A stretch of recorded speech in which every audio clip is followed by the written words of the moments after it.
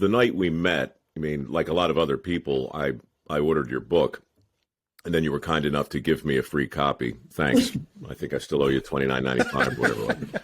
But you know, it was kind of it. My sense was that you felt a little bit early on like you had gotten some sort of consolation prize. You had signed on to guard the president. That was the brass ring. And suddenly you're kind of saddled with this socialite, right? And, you know, that must have been a complicated thing to maneuver, getting back to the professional thing. And you clearly navigated all of that. When did that feeling change? When did you become as immersed as you became? Well, it was gradual because I come from being with Eisenhower. And when you're with the president, that kind of activity, there's nothing like it. And then because even to be there with President Eisenhower and to see what was going on with Mrs. Eisenhower, which was almost nothing. I mean, she played canasta and that kind of thing. And the agents that were assigned to him, they had the most dull existence possible.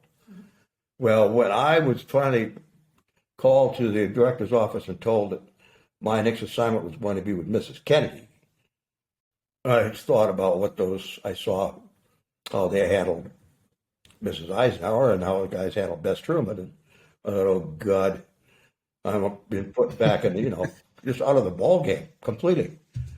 And so I was really disappointed. But as I got to know her, she was different. She was active. She was very athletic. Water skied, played golf, played tennis, rode horses, was an excellent equestrian. There hadn't been a first lady like her. And she was always on the go. We were not at the White House a lot. Tuesday to Thursday, a lot of times. We would be out at Middleburg or up at Cape Cod or down in Palm Beach, Florida, if we were in the United States. But every summer, we would spend most of the summer up in the Cape, part of the summer in Europe or someplace else. And then she would give me additional responsibilities. And it got to the point where finally it was just she, her personal assistant or maid, and me. I was to handle the relationship with foreign countries. I was to handle the press. I was to handle everything that needed to be handled, including providing for her protection and her children if they were with her.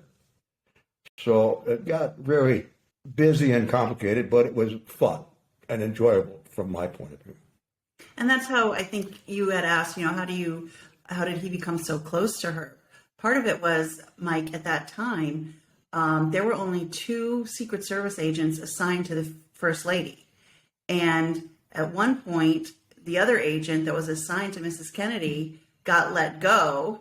And so for months and months, Clint was the only Secret Service agent assigned to Jackie Kennedy. So he was with her all the time. And so he spent a lot more time with her than she did with her own husband. Oh, no question.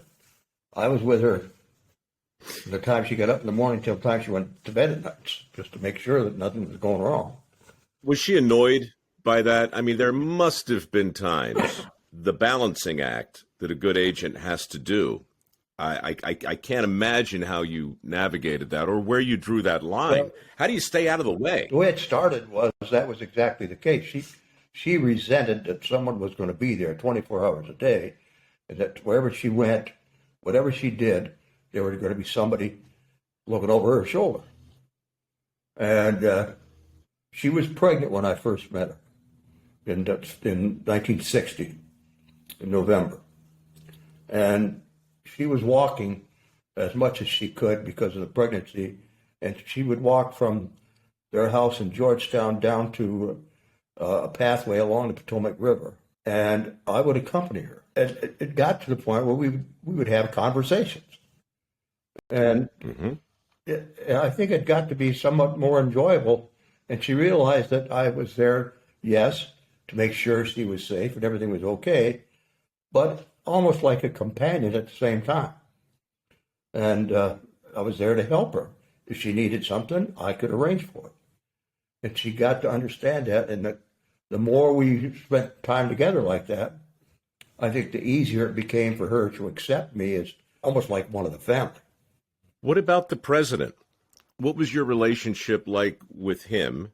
I mean, there's so much at stake, and there's so much that needs protecting.